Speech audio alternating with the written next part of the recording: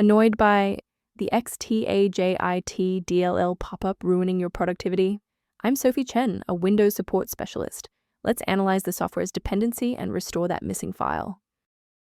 This DLL file is the just-in-time JIT Compiler library for Microsoft's extended translation engines. It is often found in Office or Exchange environments where it helps optimize the execution of specialized scripts and program logic.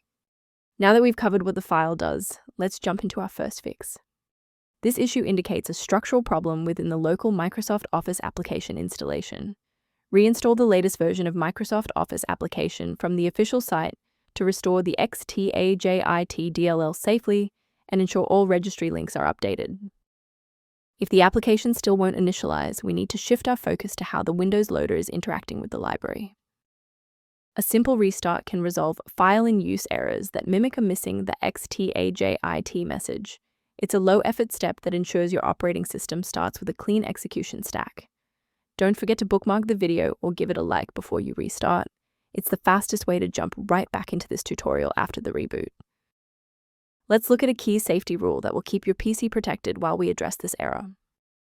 Using an incorrect or outdated version of the Xtajit.dll can create a domino effect, causing other unrelated programs on your PC to start failing.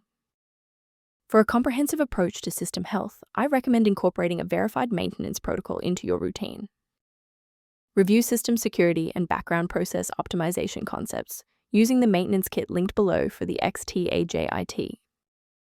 To support our technical team and receive updates on the latest Microsoft Office application resolutions, please hit the like button and subscribe to the channel.